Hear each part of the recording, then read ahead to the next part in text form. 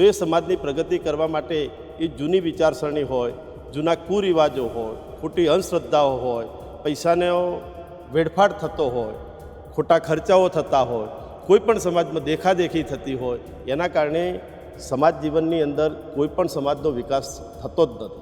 અમારે જે મરણની પાછળ 1 રૂપિયો એક વ્યક્તિ આપતો હતો એ વર્ષો જૂની પરંપરા હતી અમારા વડીલોની, એ સારી હતી. પણ આજના સમયના પ્રમાણે અમે 1 રૂપિયાની જગ્યાએ દરેક વ્યક્તિ આવનાર ધારો કે 10 રૂપિયા આપે અને એ જે ફંડ ભેગું 25-50 હજારનું એક પ્રસંગની અંદર થાય એ અમારા જે તે તાલુકે જે તે જિલ્લાની અંદર શિક્ષણ સંસ્થા હોય એ શિક્ષણ સંસ્થાની અંદર દાન તરીકે આપે.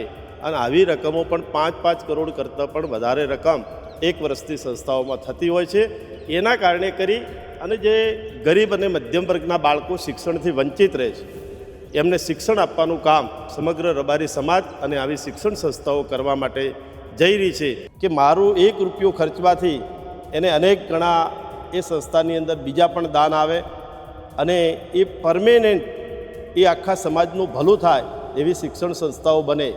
એના ભાગરૂપે મેં ધાનેરાની અંદર, પાથાવાડાની અંદર ઠાકોર સમાજથી લઈને અલગ અલગ સમાજો માટે શૈક્ષણિક સંકુલોમાં જમીન દાનમાં આપવાની વાત કરી અને સમગ્ર સમાજે સહ સ્વીકારી પણ લીધી અને એનું ખૂબ સારું પરિણામ પાથાવાડાની અંદર આજે એક ક્ષત્રિય ઠાકોર સમાજનું શૈક્ષણિક સંકુલ ચાલે છે. એ 3 વીઘા જગ્યા મેં દાનમાં આપી. આનાથી એક શુભ શરૂઆત થઈ. દેશમાં બદલાવ લાવવા માટે હવે તમામ સમાજો આગળ આવી રહી છે, તમામ સમાજોના આગેવાનો આગળ આવી રહ્યા છે. ત્યારે થોડા સમય પહેલાં ઠાકોર સમાજે એક બંધારણ ઘડ્યું, તેમાં હજારો લોકો જોડાયા હતા. હવે એક મોટું સંમેલન રબારી સમાજમાં થઈ રહ્યું છે, જેમાં માવજીભાઈ દેસાઈ આગેવાન છે, ઘણા બધા સમાજના જે આગેવાનો રબારી સમાજના છે તેઓ દરેક ગામમાં ફરીને જે 25 તારીખે એક મહાસંમેલન રબારી સમાજનું યોજાવા જઈ રહ્યું છે તેમાં આવા માટે આમંત્રણ આપી રહ્યા છે. આ બંધારણ શું છે, બંધારણમાં કેવા પ્રકારના નિયમો ઘડવાના છે તેને લઈને આપણી સાથે હાલ છે ધાનેરાના ધારાસભ્ય છે. એક તો એમ તો શૈક્ષણ પ્રેમી કહી શકાય છે, ઘણા બધા ખાલી રબારી સમાજની પણ તમામ સમાજ જે છે તેમાં શૈક્ષણિક રીતે ખૂબ જ તેમનો ઉમદા ફાળો રહ્યો છે. ત્યારે આપણે રબારી સમાજના આગેવાન અને ધારાસભ્ય માવજીભાઈ દેસાઈ સાથે વાત કરશું કે આ જે રબારી સમાજનો જે બંધારણ ઘડવાની શા માટે તેમને જરૂર પડી છે અને શું તેનો ઉદ્દેશ્ય છે. સાહેબ, ગુજરાત તકમાં આપનું સ્વાગત છે. સર, પહેલાં એક એ પ્રશ્ન છે કે આ 25 તારીખે એક મહાસંમેલન રબારી સમાજનું ઘડવા જઈ રહ્યા છે, બંધારણ ઘડવા જઈ રહ્યા છો, શા માટે જરૂર પડી રબારી સમાજનું બંધારણ બનાવવાની, શું કહો છો? આમ તો ઘણા સમયથી સમગ્ર રબારી સમાજ આજના આ મોંઘવારીના સમયની અંદર ખૂબ પીડાતો હતો અને દિવસે દિવસે જે જૂના રિવાજો હતા એ જૂના રિવાજોના કારણે કરી અને નાનામાં નાનો જે વ્યક્તિ હોય અમારા પરિવારનો, એ પરિવારના વ્યક્તિને ખોટા ખર્ચાઓની અંદર ઉતરવું પડે સમાજના જે રિવાજો હતા એ પ્રમાણે. એ માટે કરી અને અમારા સૌ સમાજના આગેવાનો અમે ઘણા સમયથી એ બાબતમાં પ્રયત્ન પણ કરતા હતા અને એ પ્રયત્નના ભાગરૂપે સમાજને કઈ રીતે આગળ વધારવો.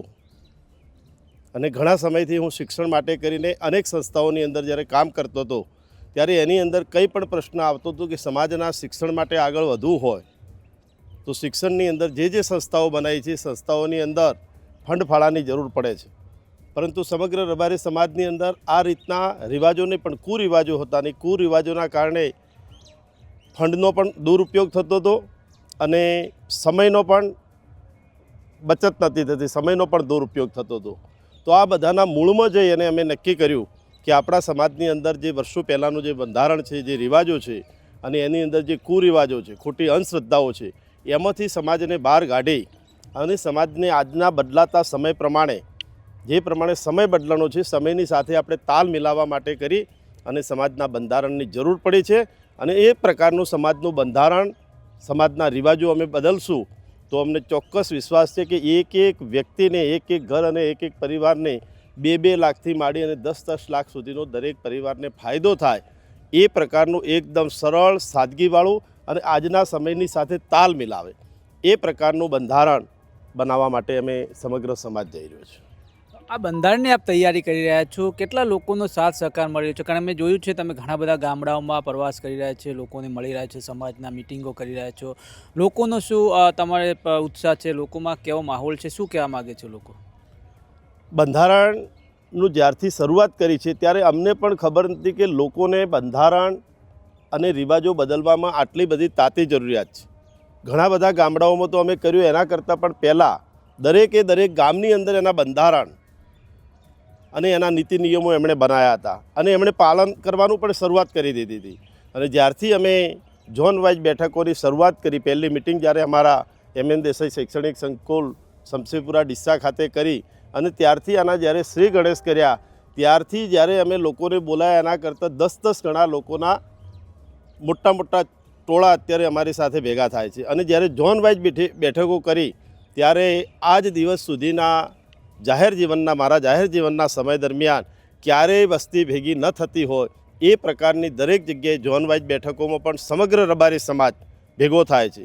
અને આની સાથે સાથે અમે સમગ્ર બનાસકાંઠા, પાટણ અને વાવ થરાદ જિલ્લો, ત્રણેય જિલ્લાઓના બધા જ પરગણા, 10 થી 11 પરગણા છે, અલગ અલગ ગોળ છે, એ બધા જ રબારી સમાજને ભેગા જોડી અને એક સમાજ એક રિવાજ આ પ્રમાણે નક્કી કર્યું છે કે જેનાથી કરીને આ બંધારણો જે બનાવીએ છીએ એ પાછળથી તૂટે નહીં. એકબીજાનું સગુવાલું એકબીજા ગોળ સાથે સંકળાયેલું હોય તો એના મૂળમાં જઈને અભ્યાસ કર્યો છે કે સમાજના બંધારણો કરતા હોઈએ છીએ કેમ તૂટે છે.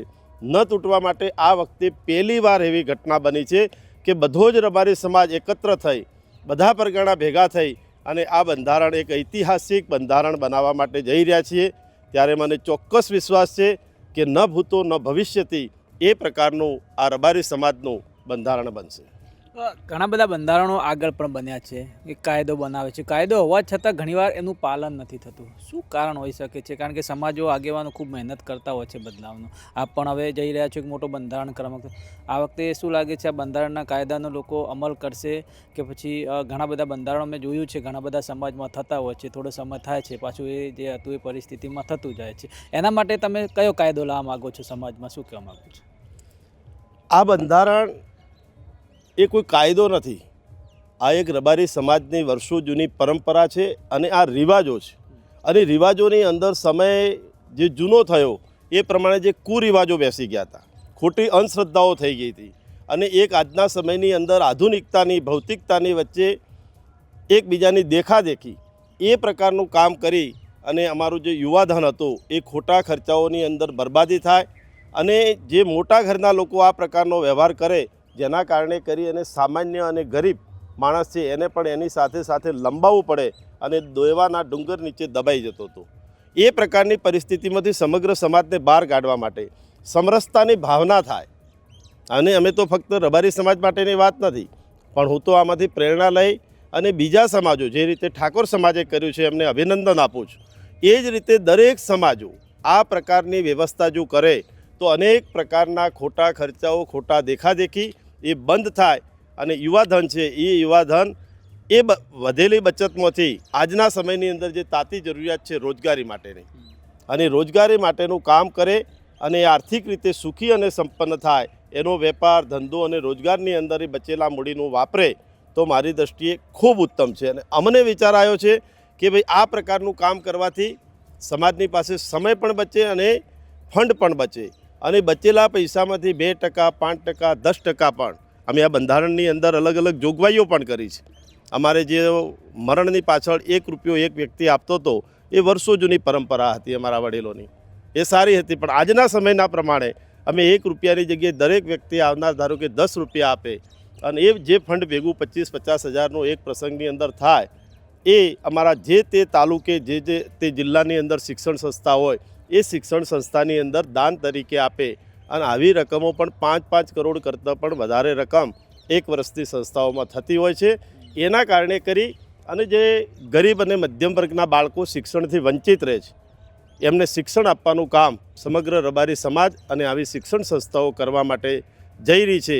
આવા અનેક પ્રકારના જે પગલાઓ છે કે જે એકદમ ગરીબ અને નાનો વર્ગ છે એ વર્ગને કઈ રીતે સમાજ ઉપયોગી થાય અને સમાજ દેખાદેખી અને ખોટા ખર્ચાઓની અંદરથી સમયનો પણ બચત કરી અને એ જ સમયનો ઉપયોગ એના જાહેર જીવનની અંદર કરે, એના આર્થિક રીતે સુખી અને સંપન્ન થવા માટે કરે, એ પ્રકારનું કામ સમગ્ર રબારી સમાજ માટે જઈ રહ્યા છે. આપ જે આ બંધારણ ઘડી રહ્યા છો તો આ બંધારણનો મુખ્ય હેતુ શું છે? એક તો શિક્ષણ છે, રોજગાર છે, એકતા છે, એમાંથી શું તમે લઈને આ બંધારણ બહાર આવ્યા છો? શું કહેવામાં? આ બંધારણ, આ રિવાજ આ કરવાથી મને લાગે છે કે સમગ્ર રબારી સમાજ આની અંદરથી ખૂબ મોટો ફેરફાર આવનારા 5-10 વર્ષની અંદર થશે. સાહેબ, આ બંધારણ આપ જે ઘડવા જઈ રહ્યા છે એમાં સૌથી વધુ યુવાનોને તો ફાયદો થશે, પણ મહિલાઓને શું ફાયદો થશે? ખાસ કરીને દીકરીઓને આ બંધારણથી કેવો ફાયદો થશે, શું કહો છો? કેવી રીતે બદલાવ આવશે? રબારી સમાજ આમ તો વર્ષો જૂનો પશુપાલન અને ખેતીનો વ્યવસાય કરતો હતો અને એના માટે જે જૂનું બંધારણ, જૂના રિવાજો એ પ્રકારની પરિસ્થિતિમાં હતા અને શિક્ષણ ઓછું હતું. પરંતુ અત્યારના યુવાનો અને અમારી યુવાન દીકરીઓ છે એમના માટે અત્યારે જૂનું બંધારણ, જૂના રિવાજો છે એ એક કુરિવાજો થઈ ગયા છે. પહેલાંના સમયની અંદર બાળ લગ્ન હતા, તો આ બંધારણની અંદર અમે સ્પષ્ટ જોગવાઈ કરી છે કે 18 વર્ષની ઉંમર પછી જ લગ્ન કરવા અને લગ્ન કર્યા પછી એના સાસરે જવું. અને શિક્ષણની અંદર અભાવ હતો, તો આજની દીકરીઓ ખૂબ શિક્ષણ લે છે. અમે અમદાવાદ ખાતે પણ અમારી એક આખા ગુજરાત લેવલની રેક્ટ સંસ્થા છે, એમાં હું ટ્રસ્ટી છું. એ ખૂબ સારું ગુજરાતની અંદર સ્પર્ધાત્મક પરીક્ષાઓ માટે ક્લાસ 1, 2, 3 એ માટેના કોચિંગ ક્લાસ દીકરાઓ દીકરીઓ માટે, ગાંધીનગરની અંદર પણ અમારું ગોપાલક સંકુલ છે. એ પ્રકારે અલગ અલગ જગ્યાએ શિક્ષણ સંકુલો અનેક જગ્યાએ બનાવ્યા છે. બનાસકાંઠાની અંદર પણ ડીસાની અંદર આજે 300થી 400 દીકરીઓ રહી શકે એ પ્રકારની શિક્ષણ હોસ્ટેલ અત્યારે આપણે બનાવી છે. તો એ દીકરીઓ જે અત્યારે એજ્યુકેશન લઈ અને અનેક પ્રકારે નોકરી, ધંધા અને વેપારને રોજગારની અંદર જાય છે, તો જૂના રિવાજોને કારણે એમને અનેક પ્રકારની સમસ્યાઓ હતી. એ સમસ્યાઓ જડમૂળથી કાઢવા માટે આ આમૂલ પરિવર્તન અમે લઈ અને આવ્યા છે અને એનો સહજ સ્વીકાર કરે છે. દીકરીઓ, યુવાનો, દીકરાઓ અને જૂના ઘરડિયાઓ છે એ પણ અત્યારે જે અમારા સંમેલનો થઈ રહ્યા છે એમાં તમે જોતા હશો તો જે 80-90 વર્ષના અમારા વડીલશ્રીઓ છે એ પણ આ સંમેલનની અંદર આવવા માટે આતુર છે.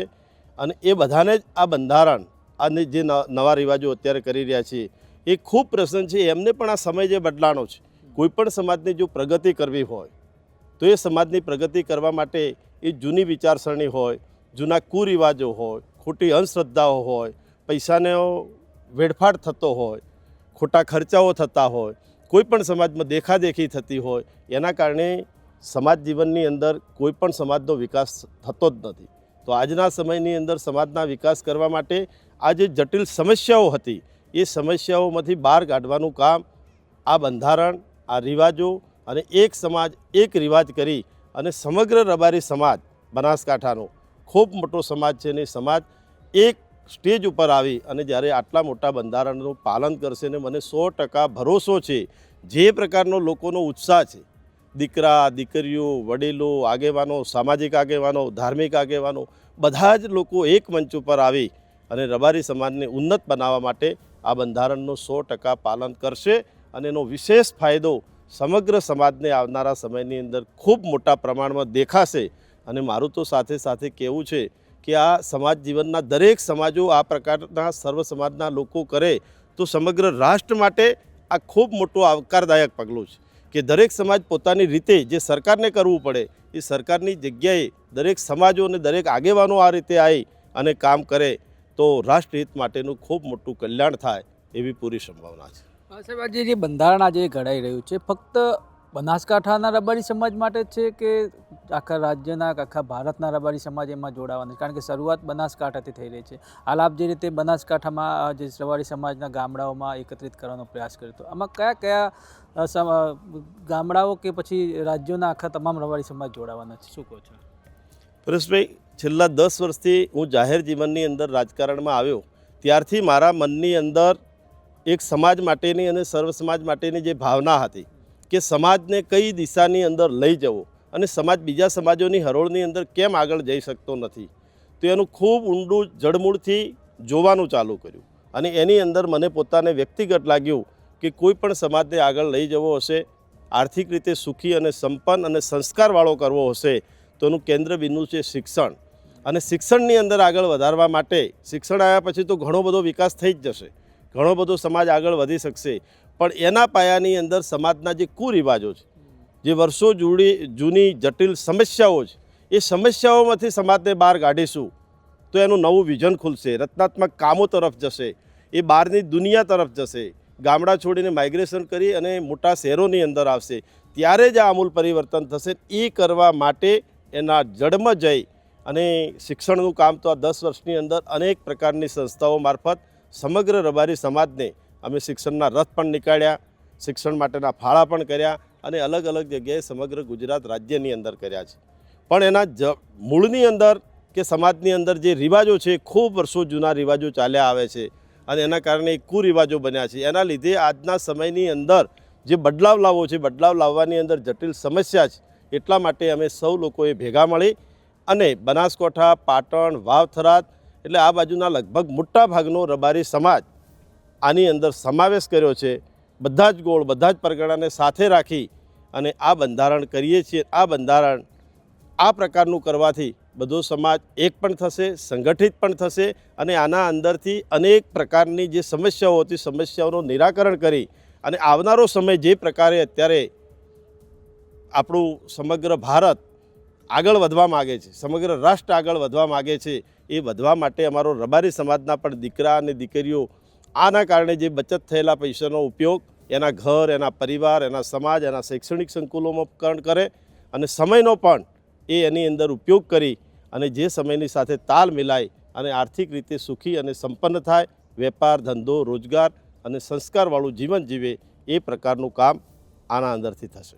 શૈક્ષણિકની વાત ઉપર મને એક જાણવા મળ્યું હતું, મેં ઘણું બધું સાંભળ્યું છે કે આપે ઘણી બધી, ખાલી સમાજમાં નહીં પણ અનેક સમાજોમાં ઘણી બધી જમીનો દાનમાં આપી છે, ઘણા બધા કરોડો રૂપિયા શિક્ષણ પાછળ આપણે વાપર્યા છે. આ એક ઉમદા વિચાર તમને સાહેબ ક્યાંથી આવ્યો? કારણ કે આ તો મારો પ્રશ્ન એટલા માટે પૂછવો પડે, ખાલી રબારી સમાજ માટે આપે કર્યું તો ઠીક વાત છે કે તમારો સમાજ હતો, પણ તમામ સમાજમાં આપણે ખૂબ ફાળો આપ્યો છે. મેં હમણાં વચ્ચે સાંભળ્યું હતું કે દલિત સમાજ હોય કે ઠાકોર સમાજ હોય, ત્યાં પણ તમે ઘણો બધો ફાળો આપ્યો છે. શા માટે શિક્ષણ ઉપર આપ એટલો ભાર મૂકો છો? શું લાગે છે તમને? શું કહો છો? પરેશભાઈ, આજે વાત કરી છે તો હું ઓરિજિનલ પોલિટિકલ માણસ નથી. હું ઓરિજિનલ બેઝિક બિઝનેસમેન છું અને મારો રિયલ એસ્ટેટનો બિઝનેસ છે. પણ કુદરતી સંજોગોને આધીન મારે પોલિટિક્સની અંદર આવવાનું થયું. એટલે અમારા વિચારો હંમેશા રચનાત્મક અને સર્વ સમાજને સાથે લઈને ચાલવાના હોય છે. અને એમાંથી જ્યારે મારે વિધાનસભા લડવાની ધાનેરા આવી ત્યારે મેં વિચાર્યું કે ખોટા ખર્ચાઓ કરી અને ખોટા વ્યસનો કરાઈ અને લોકોની પાસે મત માગવા અને પૈસાનો સમગ્રપણે વેડફાટ થાય છે અને એમની કુટેવો પડે છે, વ્યસનો થાય છે અને સમાજ બરબાદી તરફ જાય છે. એની જગ્યાએ હું એવું કંઈક ન કરી શકું કે મારું 1 રૂપિયો ખર્ચવાથી એને અનેક ગણા એ સંસ્થાની અંદર બીજા પણ દાન આવે અને એ પરમેનન્ટ એ આખા સમાજનું ભલું થાય એવી શિક્ષણ સંસ્થાઓ બને. એના ભાગરૂપે મેં ધાનેરાની અંદર, પાથાવાડાની અંદર ઠાકોર સમાજથી લઈને અલગ અલગ સમાજો માટે શૈક્ષણિક સંકુલોમાં જમીન દાનમાં આપવાની વાત કરી અને સમગ્ર સમાજે સહ સ્વીકારી પણ લીધી અને એનું ખૂબ સારું પરિણામ પાથાવાડાની અંદર આજે એક ક્ષત્રિય ઠાકોર સમાજનું શૈક્ષણિક સંકુલ ચાલે છે. એ 3 વીઘા જગ્યા મેં દાનમાં આપી. આનાથી એક શુભ શરૂઆત થઈ અને આ વિચારના કારણે કરી અને જાહેર જીવનના દરેક વ્યક્તિઓ માટે આ ખૂબ મોટી ઉપલબ્ધિ થાય એ પ્રકારનું કામ અને એના કારણે કરીને આજે જાહેર જીવનના દરેક લોકો આ વિષય ઉપર આગળ ચાલ્યા છે. ત્યારે મારે સૌને હું અભિનંદન આપું છું કે જે લોકોએ આ પ્રકારનું કામ કર્યું છે અને હજુ આવનારા સમયની અંદર કરે છે તો એ એમનું પોલિટિક્સ કરે, પણ સાથે સાથે આ પ્રકારના દરેક સમાજ, સર્વ સમાજને સાથે રાખી તો એમના જીવનની અંદર પણ જે લોકો છેવાડાના છે, ગરીબ છે, એમને પણ આવા જ્યારે ચૂંટણીઓ આવતી હોય ત્યારે એમના સમાજની અંદર પણ કોઈક શૈક્ષણિક સંકુલો હોય, કોઈક ધાર્મિક સંકુલો હોય, એની અંદર પણ આપણે કંઈક ને કંઈક ફૂલને તો ફૂલના પાંખડીના રૂપે આપીએ તો એ અનેક ગણું થઈ અને કામ થતું હોય છે. મેં મારા રબારી સમાજ માટે જ્યારે ધાનેરાની અંદરથી આ બીજી વખતની ચૂંટણી લડ્યા પછી ત્યાં શિક્ષણ સંકુલ નહોતું. તે શિક્ષણ સંકુલ માટે મેં મારી પોતાની 2 વીઘા જગ્યા દાન તરીકે આપી, પરંતુ સાથે સાથે સમગ્ર સમાજને ઉત્સાહ આવ્યો અને અમે રથ લઈને ફર્યા તો 15 કરોડ કરતાં પણ વધારે રકમ ભેગી થઈ. તો મારા તો 2 કરોડ જ છે, પરંતુ સમગ્ર સમાજના 15 કરોડ થઈને આજે 15-17 કરોડના ખર્ચે ખૂબ મોટું શૈક્ષણિક સંકુલ બની રહ્યું છે. આમાંથી બધા લોકો પ્રેરણા લઈ અને હું તો આપના માધ્યમથી કહેવા પણ માગું છું કે આ પ્રકારના રચનાત્મક કામો તમે તમારા જાહેર જીવનની અંદર કરો તો તમારા ભવિષ્ય માટે પણ સારું છે, પુણ્ય કમાવા માટે પણ સારું છે અને સર્વ સમાજ અને લોકોનું પણ ભલું થાય એ પ્રકારનું કામ અને એ પ્રકારનો વિચાર હું એક વેપારી તરીકે અને બિઝનેસમેન હતો એટલે પોલિટિક્સથી ઉપર ઉઠી અને કર્યો છે અને કરું છું. હું ધારાસભ્ય બન્યો ત્યારથી માંડીને ધાનેરાની અંદર સર્વ સમાજનું ભોજનાલય પણ ચલાવું છું.